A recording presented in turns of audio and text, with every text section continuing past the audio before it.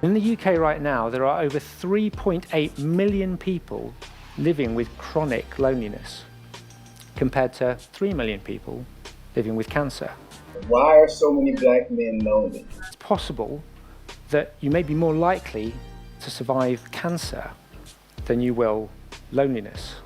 In 1990, the number of men who said that they had 6 or more close friends was around about 55%. 15% of men say that they have 0 close friends. Loneliness. Loneliness. Loneliness. Loneliness.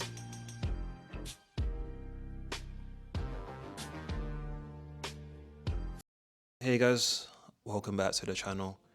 Just want to say I appreciate the support on the last video. Very unexpected, but love you guys, appreciate it. A lot of interesting comments there. So yeah, let's get straight into it, man. You seen the title, you know what this is about. So just a quick disclaimer again. I know this video is about black male loneliness, and I'm very much aware that loneliness is something that affects all people of all genders, all races, all backgrounds. It's not something that specifically affects black people, but I am a black male, so I'm going to talk about my experience as a black male. If that offends you for some reason, I want you to question that. Why does that offend me? Why am I upset about that? And I'll leave that to you. Other than that, let's get to the video. Okay, so if I'm being honest, I can count my close friends on one hand, maybe even less than a hand. And I know I'm not the only one, because a lot of us black men, we hit our like mid 20s to 30s, and we realize that that brotherhood that we thought would always be there just isn't there anymore. And I was thinking recently, like, why is that?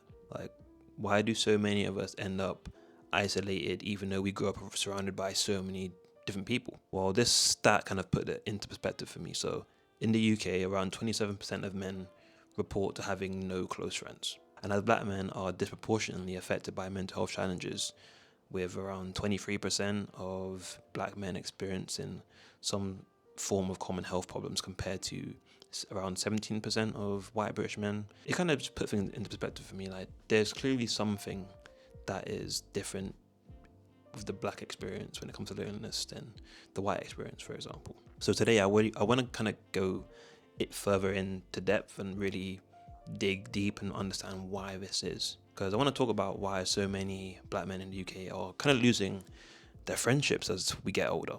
Because, you know, beneath the Insta reels and group chat jokes, there's real pain there. And understanding it is the first step to fixing it. So let's understand it. So I think a good place to start is like childhood, like the difference between childhood brotherhood and then that adult kind of isolation or the adult experience. So if you're a black guy, especially from the UK, you can probably relate to having experiences of like having youth clubs, playgrounds, sort of like it being a constant or very frequent thing. You'd just be out with your friends playing all day, running around, playing Not Down Ginger, like playing World Cup, FA Cup, wherever it is, in the cages. Like that, for a lot of us, that was our first experience of like having a brotherhood. And those relationships, although they were quite immature because we were kids, of course, they did feel quite intense and quite tight-knit. And I guess mainly because they're kind of formed out of like a shared struggle or shared culture, or just like proximity to each other. We're all in a close area, going through very similar experiences, probably got very similar backgrounds. Like, it just makes sense that we're gonna have a lot to bond on. And like friendships kind of did almost feel like family. Like your friends would know your mum, they'd know your dad, they'd know your siblings. And, you know, this needed brotherhood was kind of like necessary for us to survive. Because if we didn't have each other, like the system that we're in, whether that's, you know, the kind of poverty that a lot of us are in, or just like the over policing and that kind of shit, like it would have just got us really down if we didn't have people to share our experiences with. Like, I literally bonded over like being stopped and searched by police when I was like a young guy with some guy I met like a couple weeks ago. And obviously that's something that's very specific to our experience.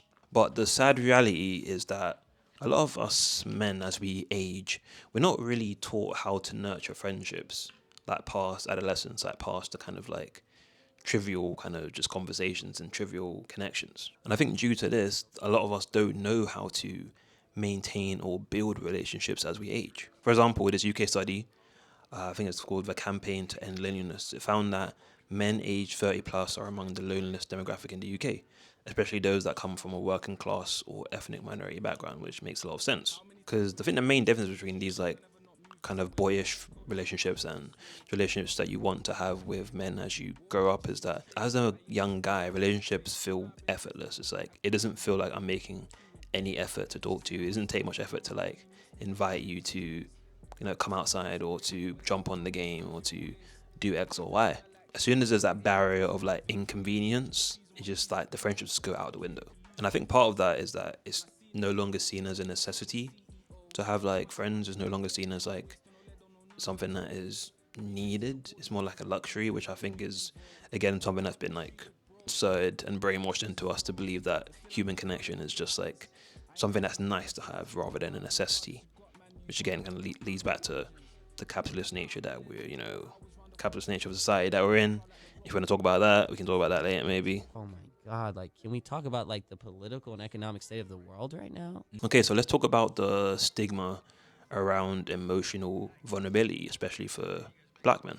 Because I think there is a major difference between, you know, our experience when it comes to emotional vulnerability and that of our white or other ethnicity counterparts, I'd say. Let's be honest, like a lot of our childhood, we're kind of brainwashed with this like man up kind of culture, or this like disciplined culture, or this like just tough love kind of culture. Like I have like a Nigerian background, and like on a personal level, if we can get personal here, this is my channel so I can get personal. Like I didn't have a like very loving relationship with my dad. Like I don't think he ever told me he loved me. I think the nearest thing he had to saying that was like, oh, like I do this because it's right for you, or I do that because, you know, you need discipline, X, Y, Z. That's the type of love that we're shown. And that teaches us that, like, as a man, you have to be tough in this world. And that's something that, you know, there's some truth to it, but it's something that kind of hardens your heart to relationships. Because in this, like, traditional man-up culture, emotional depth and vulnerability is taboo. Like, it's a no-go area. Like, do not express your feelings. Do not tell people how you're actually doing. Just keep the facade up and, like, keep everyone at a safe distance. But this leads to a lot of us men believing that vulnerability equals weakness, when in reality, foundation of any strong relationship, whether that's a romantic one or especially like a friend, like a platonic friendship kind of relationship, is based on vulnerability. You have to be vulnerable with your friends in order to build that connection. You're never going to be able to get past the surface level if you're never able to, you know, give yourself the ability to be vulnerable. And the truth is, like, a lot of Black British households, we're like entrenched in this idea of like building strong men, building tough men, building men that are ready to, you know, do twice as much to get half as much reward, as the saying goes. I'm sure a lot of you have heard that growing up. But this makes emotional expression very rare, and a lot of time it is just anger that you see. It's a lot of frustration that comes out. And this is why so many men like to keep their like friendships very like surface level, very like just banter heavy, very like just casual, because we've learned that our emotional needs don't need to be met by other men in our lives. It has to be met by our partners, whether that's a sexual partner or like a romantic partner. That's why a lot of guys end up like having all of their emotional eggs in the basket of their like romantic relationship. But this just becomes like a toxic cycle where like friendships can't really survive, because if you're not able to actually be able to have the courage to be seen by your friends, to actually, for them to actually know who you are, not just like the facade and mask you're putting on, they're never going to be able to actually like have a real relationship with you, because you're not allowing them in, you're not letting them see who you really are. And that's why a lot of men in their like friendships, neither of them feel safe enough to open up, so they just keep things just light and easy. Just talk about girls, just talk about sports, just talk about football, just talk about trainers, just talk about like basic shit, because anything like deeper than that, it's like a no-go zone. It's scary. Like you don't know what kind of things you're gonna open up. You don't know what kind of, you know, you don't want them changing their perception of you. You don't want them thinking that you're not a tough guy, but you don't want them thinking that you're a pushover or XY, because you're going through real life human stuff, which is just a crazy mindfuck for me, but hey. And statistically, it's shown that black men are far less likely to seek therapy, and like, as we know, emotional isolation contributes highly to rates of things like depression and, you know, unaliving yourself. Because the thing is, like, we'll like dap each other up, we'll crack jokes for hours, but we'll never actually ask the other man like how they're actually doing. Like, not just like, oh yeah, like, what you saying, you right? Like, how are you actually doing? Like, are you actually okay? I haven't heard from you in a while. Like, how are you actually getting on? That question is very, very rare when it comes to like relationships with your like black friends. There's a lot of time it's just like, oh, what are you saying? Like, you cool?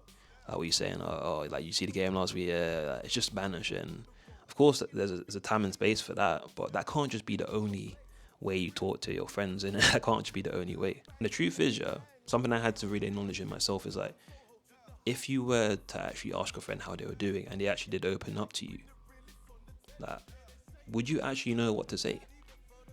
Would you even know how to hold space? Would you even know how to like let them know that you're there for them? And I think that's something that we don't always acknowledge in ourselves, that maybe if we do want these, you know, more like vulnerable relationships with our friends, do we actually know how to even foster them? Okay, so let's talk about like romantic relationships and the way that our priorities shift later in life. So in adulthood, as we know, like romantic relationships often end up replacing, you know, our friendships. Like, we all know about the guy that, you know, has a girlfriend and suddenly like we never hear from him. Like, he's got a girlfriend and suddenly the only time we speak to him is like when they're having an argument or when he needs some advice because, you know, she's acting up or something. You don't want to be that guy. And I had to look at myself and be like, yeah, at points I've been that guy. Like, I've been in a 10-year relationship, so literally throughout basically all of my 20s I've been in a relationship, and I've noticed like I've constantly kind of lost more and more friends as I've like got further into the relationship. And of course I know it's because I'm like putting a lot of energy into this relationship because it means a lot to me. But I'll be honest, there's been time where I've like definitely prioritized like this relationship over all of my other relationships, and that's why a lot of them haven't survived. So it's being able to have that self-awareness and be like, okay, I am actually making choices here. This isn't just something that's happening to me. Because the cultural expectation is that like men have to settle down. So this idea that like your romantic partner becomes your main focus, and that's the person that you've like now decided to give all your attention to, and you know, all your other relationships and friendships, they're just secondary, they're just whatever.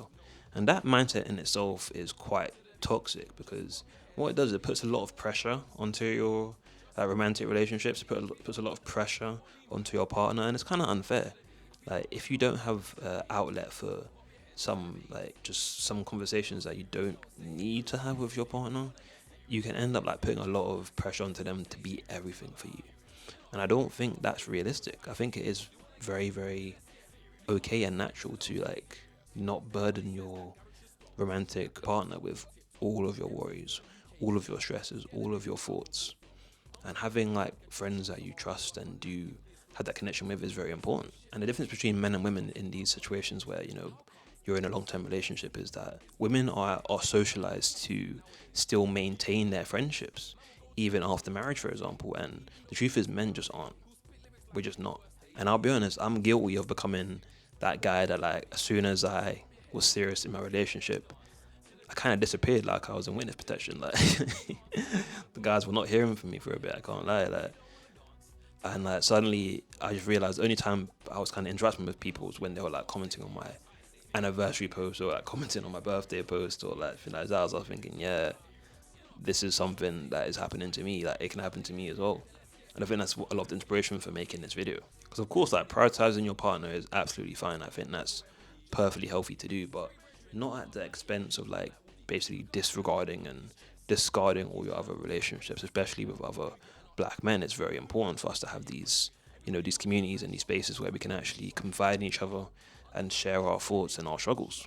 And I think failure to do so is what creates a lot of this isolation that we're going to talk about later in this video. Okay, so let's briefly touch on hypermasculinity in the black community and social survival. So I'm sure at this point we're all aware of the hypermasculinity issue in the black community. not just in the UK but worldwide in general, for various reasons, as you can probably imagine, like things like slavery, oppression, like being an immigrant in another country, for example. This has all led to a very defensive like ideology that a lot of us have like inherited, whether from our parents, from our experiences, or literally from the media that we consume. We're put in this position where we have to, or we feel like we have to avoid being vulnerable at any point, because vulnerability is weakness, and if you show a sliver of weakness to your enemy, they're going to take advantage of that. The mentality that we've been put in as black people is that everyone is a potential enemy. Everyone is a potential opponent. Everyone is a potential competitor. And I know this isn't just something that affects the black community. This is something that affects most communities that are in this Western kind of ideology where, let's be honest, we all, or a lot of us are like mentally kind of bombarded with these ideas of capitalism and having to chase money, be in the rat race, compete with each other for resources, X, Y, Z. And this definitely like is something that has really been a scourge on the black community. A lot of us don't trust each other. That's the elephant in the room, isn't it? A lot of us don't build connections with our brothers because we see them as potential competitors. We see them as people that could, fuck us over. We see them as people that could potentially backstab us, and that's the problem, because this causes us to have this like emotional aura of armor, this like stoic look on our faces, this like constant like viewing everyone in a very critical way to see like if there's any sign that they're untrustworthy, if they're a snake, or if they're XYZ. And all this, what happens is that this becomes like a self-fulfilling prophecy. If you look for something, you're going to find it, generally speaking. Because I'll be honest, man, especially when I was a bit younger, sometimes my friendships with other like young black men, it felt like we're in a silent competition, or we're in this like kind of race for dominance or respect, rather than like genuine support for each other. And I'll be honest, that's something I've definitely battled internally, like trying to not see everyone as like someone who's untrustworthy, or see everyone as someone who is out to get me. But I'll be honest, it's hard, especially when you're proved right every now and again, especially when you see these images, whether on social media or just in general, of like people just doing bad shit to each other, whether that's like violent, whether it's like business wise, whether it's X or Y. It does plant a seed in your brain. Like on a personal level, just growing up in Southeast London, like I saw what happens when you trust the wrong people. I've seen what the consequences are when you surround yourself with people that don't have your interest at heart, and it can be deadly sometimes, bro. Like I've seen bad things in my time. Like I've been a kid that's just been outside at the wrong time, and I've just witnessed something, and it's like, okay, I thought these guys were boys. Apparently not. Apparently not. So you kind of learn internally to like not show any weakness. But as I said before, like if you don't show vulnerability, your friendships are always going to be built on like you just being hard, and there's no space for honesty there. And I think, of course, some of this does have to do with like the systemic racism that is just in our society. Like black men have historically been over-policed and stereotyped as being dangerous, and in that sort of world, even as a black person, you are not invincible or invulnerable from the same indoctrination. That's something I've had to be really aware of. Like, just because I am a black man doesn't mean I can't be a victim of this brainwashing to believe that black men are dangerous, even as a black man myself. Oh no, this can't be. It says I'm 102% African with a 2% margin of error. Why, Lord? In this sort of society, hypermasculinity becomes survival, because if you're not able to be respected from like a first interaction, you're a lot easier to be a victim. It's a lot easier for you to be victimized. It's a lot easier for you to be, targeted. And that's something I've had to wrestle with, balancing my like natural inclination to be loving with the like nature that I've had to survive around, which is like, if you're loving, if you're honest, you're a potential victim. So it's trying to balance those two, which is quite difficult, because this survival strategy, that's exactly what it is. It's like just trying to find a way to survive. It causes you to not be able to actually thrive and live the kind of life you want, because it kills like emotional connection, especially as adults. Okay, so let's talk about class divides and just the life paths that you can go down. So as I'm sure you're aware, as you get older, the paths that you can go down are very drastically different. Like, we've all probably got a friend that is still in the hood selling whatnot and doing whatnot on a madness, on that like gangster stuff still. We all know someone who's still doing that. And we also know a guy that came from that area who is now doing very well for himself. They drive a nice car, they live outside of London, they're probably like working in corporate. There's all these different paths that we kind of go down. And a lot of the time, this does cause a disconnect. Because these differences, like, even just down to like, oh, uni versus no uni, moving out of London versus like staying local, or like constantly going through career changes, or just, you know, being stuck in survival mode. These small differences do create things like envy, like tension, and a lack of common ground. And it's something I've experienced. Like, I recently went back to my old area, Southeast London, where I'm from, and I met someone that I used to know when I was a kid. And we were catching up. He was telling me about what he's doing now, XYZ, and I just slowly started realizing, oh, like, you're still doing the same stuff. The kind of stuff that for me was like a memory, like an ancient memory, that is still your reality. And I just realized we don't have much in common. And not like to say, oh, I'm better than you. It's just, we're different. We chose different paths. And that does create like a level of awkwardness, because as like he was asking me what I'm doing now, I could tell his facial expression was changing ever so slightly each time I kind of told him what I was doing, where I was living, XYZ. And I think that's something that's very common for us guys. Like, we can kind of sense that energy shift, that energy from like, oh, just chilling, whatever, smiling, to, oh, now you can tell they're like calculating something. They're calculating, okay, so you're doing this thing, you're doing that thing, okay, I'm doing this, okay, so you can just kind of tell the wheels are spinning. And I think that's something a lot of us don't really talk about, or we try and like pretend it's not happening.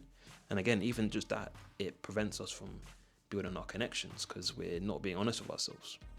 Because like, you start to feel like you've outgrown certain friendships, or you've kind of outgrown certain people, but the price of that is that you also feel like you've kind of lost a part of yourself a little bit. Further out that I've moved from, you know, where I'm from, and the more people that I meet that aren't from that similar background, the like more I lose touch with that version of myself.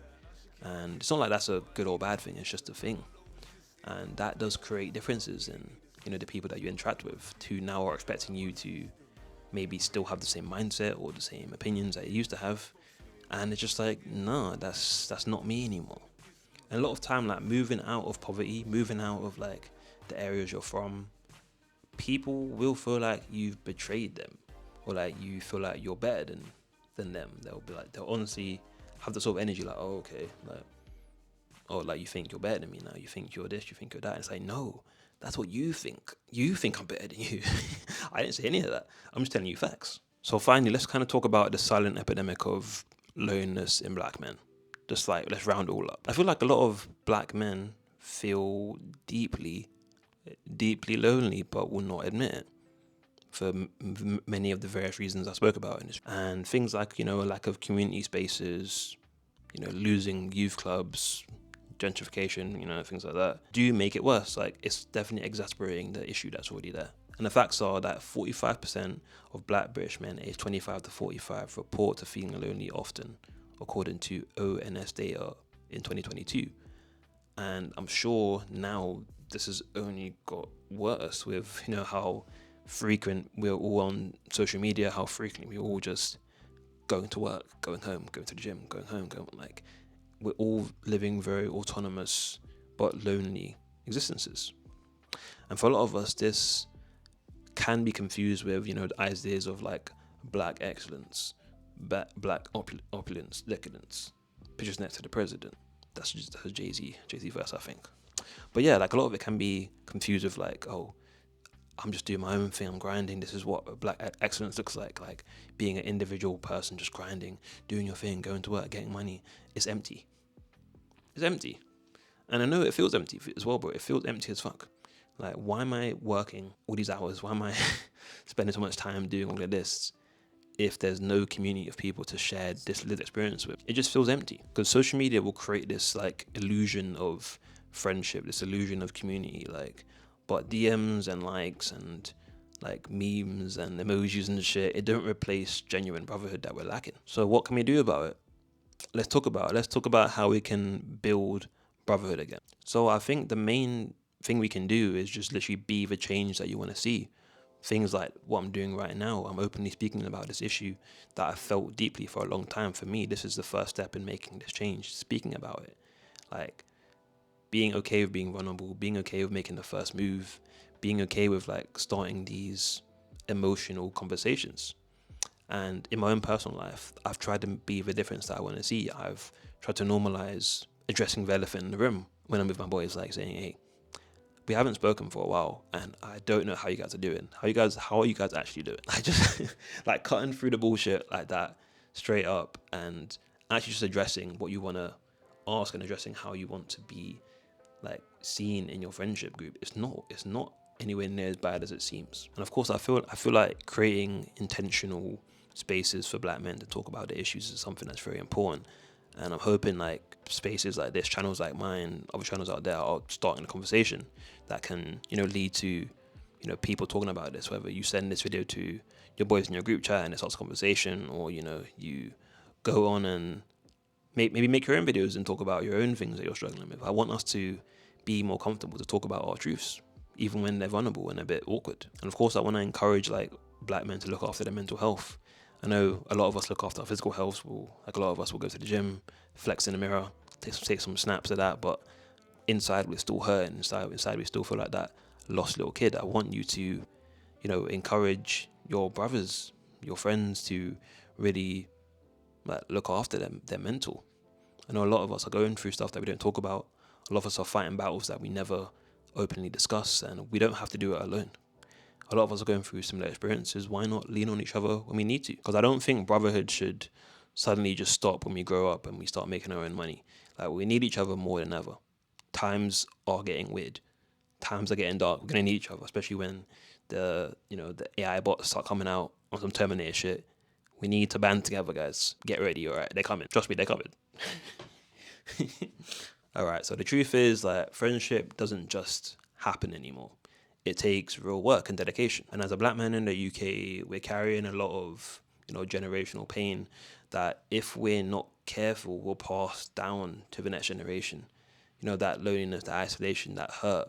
And that's not something I want to do. Because it doesn't have to be like that. We don't have to pass on this pain to the next generation. We can break the cycle. So why don't you hit up your bro today, make that time for your boys, like build spaces where you don't have to pretend like you're invincible all the time. Because your strength is actually in your softness. And the realest thing a man can do is be there for his people. So let me know, what do you think? Like, have you lost friendships as you got older? Let me know in the comments. I want to hear you lot stories, man. Let's start the conversation, like I said. So hope you enjoyed the video. And I'm out of here, man. Don't forget to send this to one of your boys. Start a conversation. Be the change you want to see. Peace.